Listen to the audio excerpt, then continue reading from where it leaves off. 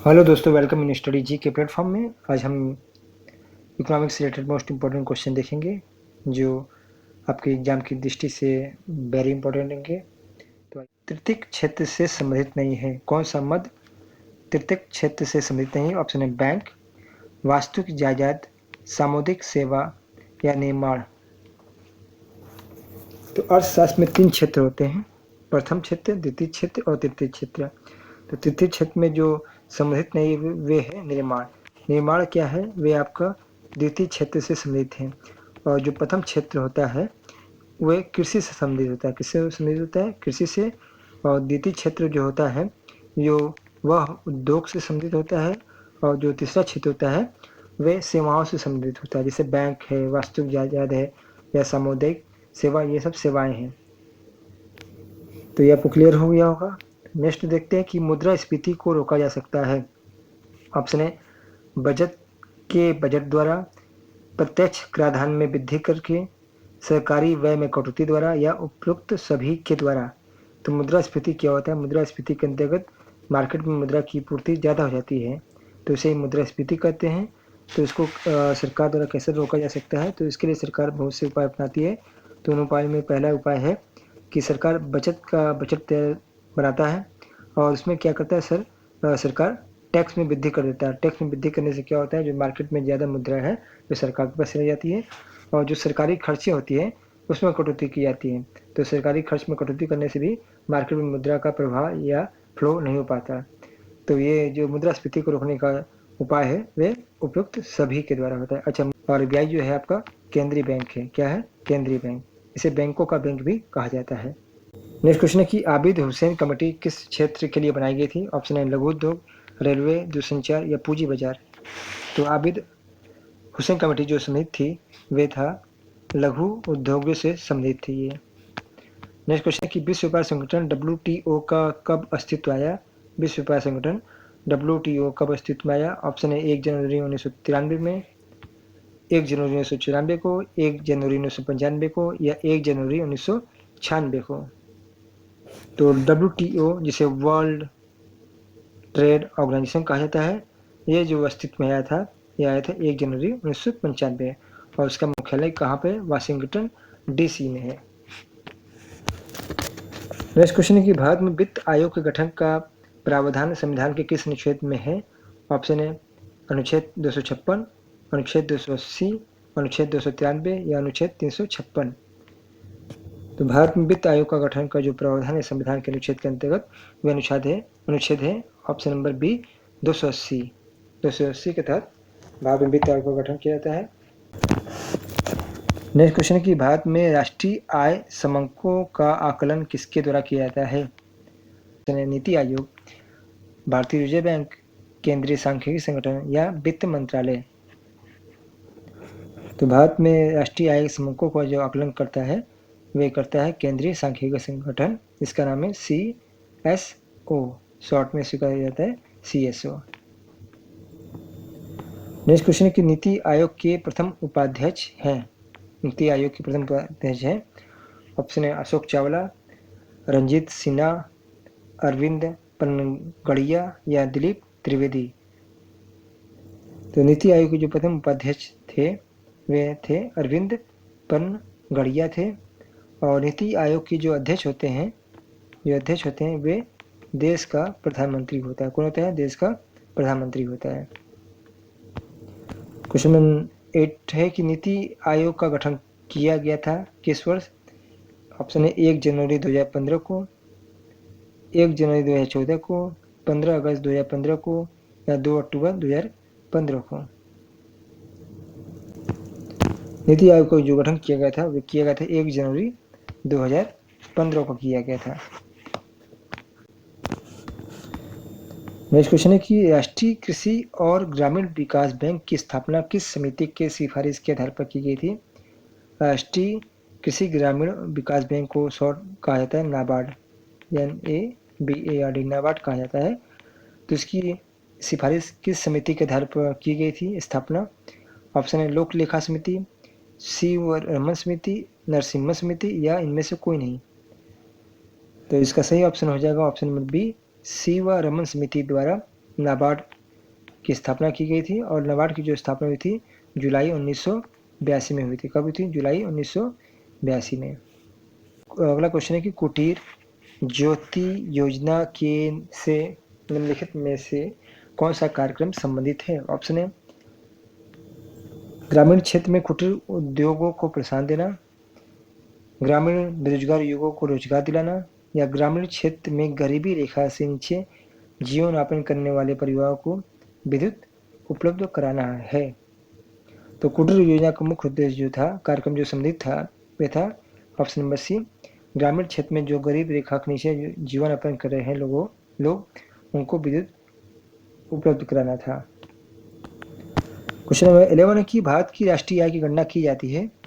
Option है नीति आयोग द्वारा, वित्त आयोग द्वारा, भारतीय सांख्यिकी संस्थान द्वारा, या केंद्रीय सांख्यिकी संगठन द्वारा। तो भारत में राष्ट्रीय आय की गणना जो की जाती है वे की जाती है केंद्रीय सांख्यिकी संगठन द्वारा की जाती है। क्वेश्चन 13 है कि क्वेश्चन 13 इको मार्क किसी उत्पाद पर किए गए इस प्रमाणन का चिन्ह होता है कि यह उत्पाद है। ऑप्शन है किफायती कीमत वाला, पर्यावरण की दृष्टि से अनुकूल वाला, या नष्ट होने वाला नहीं, या अच्छी किस्म का। ऑप्शन है किफायती कीमत वाला, पर्यावरण की दृष्टि से अनुकूल है, नष्ट होने वाला नहीं है, या अच्छी किस्म का। तो इको मार्क जो सर्टिफिकेट है ये चिन्ह उसी वस्तु पर लगाया जाता है जो पर्यावरण की दृष्टि से अनुकूल हो। क्वेश्चन नंबर 14 है कि भारत में राष्ट्रीय आय की गणना किस विधि का प्रयोग किया जाता है? भारत में राष्ट्रीय आय की गणना में किस विधि का प्रयोग किया जाता है? ऑप्शन है उत्पत्ति गणना विधि, आय विधि, उपरोक्त दोनों, या इनमें से कोई नहीं। तो भारत में राष्ट्रीय आय की गणना के लिए जो विधि अपनाई जाती है वो उत्पत्ति गणना विधि और आय विधि, दोनों विधियों का प्रयोग किया जाता है। तो इसका सही उत्तर रहेगा ऑप्शन नंबर सी। कि उदार ऋण प्रदान करने वाली खिड़की किसे कहा जाता है? तो कभी कभी प्रश्न में उदार ऋण की जगह नरम ऋण लिखा जाता है। नरम ऋण प्रदान करने वाली खिड़की किसे कहा जाता है? ऑप्शन है अंतर्राष्ट्रीय वित्त निगम IFC, अंतर्राष्ट्रीय विकास संघ IDA, या अंतर्राष्ट्रीय मुद्रा कोष IMF, या भारत सहायता क्लब। तो विश्व बैंक की उदार ऋण प्रदान करने वाली खिड़की का नाम है IDA, अंतर्राष्ट्रीय विकास संघ। क्वेश्चन 16 है निम्नलिखित में से कौन सा प्राथमिक क्षेत्र में शामिल नहीं है? ऑप्शन है बीमा, खनन, वानिकी, मत्स्य। तो प्राथमिक क्षेत्र में जो शामिल नहीं है वे है बीमा। बीमा किस क्षेत्र में है? बीमा सेवा से संबंधित है तो वे तृतीय क्षेत्र से संबंधित है। बाकी खनन, वानिकी और मत्स्य जो है ये कृषि से संबंधित है और ये प्राथमिक क्षेत्र से संबंधित है। क्वेश्चन 17 है कि प्रधानमंत्री जन धन योजना की शुरुआत की गई है।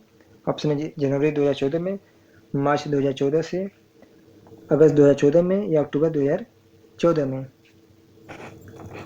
तो इसका सही उत्तर हो जाएगा ऑप्शन नंबर 3, अगस्त 2014 में प्रधानमंत्री जन धन योजना की शुरुआत की गई। क्वेश्चन नंबर 17 है कि राष्ट्रीय कृषि एवं ग्रामीण विकास बैंक नाबार्ड की स्थापना की गई। ऑप्शन है 1 जनवरी 1980 को, अगस्त 1981 को, या जुलाई 1982 को। तो नाबार्ड की जो स्थापना हुई थी वे हुई थी जुलाई 1982 में हुई थी और ये किस समिति द्वारा हुआ था? शिव रमन समिति द्वारा। शिव रमन समिति की सिफारिशों के आधार पर नाबार्ड की स्थापना हुई थी। क्वेश्चन नंबर 19 की भारतीय प्रतिभूति एवं विनिमय बोर्ड की स्थापना कब की गई? ऑप्शन है 1993 में, 1992 में, 1988 में, या 1990 में। तो भारतीय प्रतिभूति एवं विनिमय बोर्ड जिसे सेबी कहा जाता है की स्थापना हुई थी वर्ष 1988 में हुई थी। क्वेश्चन नंबर 20 है कि भारत में हरित क्रांति किस मामले में सर्वाधिक सफल रही? ऑप्शन में गेहूं और चावल, ज्वार और तेल बीज, गेहूं और चावल, और ऑप्शन डी है चाय और कॉफ़ी। तो भारत में जो हरित क्रांति सफल हुई थी वह हुई थी गेहूं और चावल के मामले में।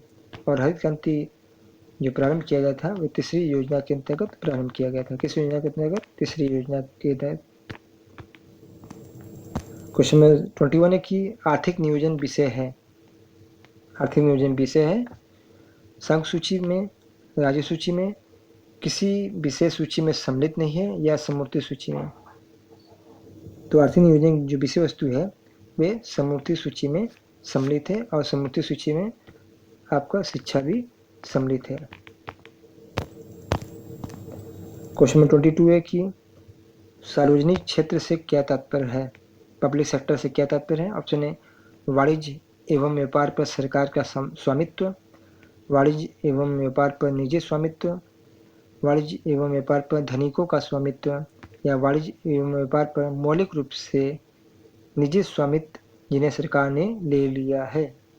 तो सार्वजनिक क्षेत्र से तात्पर्य होता है जिसमें वाणिज्य और व्यापार पर सरकार का स्वामित्व हो, उसे ही पब्लिक सेक्टर या सार्वजनिक क्षेत्र कहा जाता है। क्वेश्चन, भारत में कर्मचारियों के महंगाई भत्ते के निर्धारण का आधार क्या है। तो भारत में कर्मचारियों के महंगाई भत्ते का निर्धारण किया जाता है, तो इसके निर्धारण के लिए कौन सा आधार अपनाया जाता है। ऑप्शन ए राष्ट्रीय आय, उपभोक्ता मूल्य सूचकांक, जीवन स्तर या प्रति व्यक्ति आय। तो इसका सही उत्तर हो जाएगा वह होगा ऑप्शन नंबर बी, उपभोक्ता मूल्य सूचकांक के आधार पर भारत में कर्मचारियों के महंगाई भत्ते का निर्धारण किया जाता है। क्वेश्चन नंबर 24 है कि भारतीय रिजर्व बैंक ऑफ इंडिया का राष्ट्रीयकरण कब किया गया। ऑप्शन है 1959 में, 1947 में, 1945 में या 1949 में। तो आरबीआई का जो राष्ट्रीयकरण किया गया था वे किया गया था 1949 में। क्वेश्चन नंबर 25 है कि मेक इन इंडिया अभियान की शुरुआत कब की गई। ऑप्शन है जनवरी 2014 में, अप्रैल 2015 में, सितंबर 2014 में या अक्टूबर 2015 में। तो मेक इन इंडिया की जो शुरुआत की गई थी वे की गई थी सितंबर 2014 में। लाइक सब्सक्राइब और शेयर जरूर कीजिए। मिलते हैं नेक्स्ट वीडियो में, तब तक के लिए आप सबका धन्यवाद।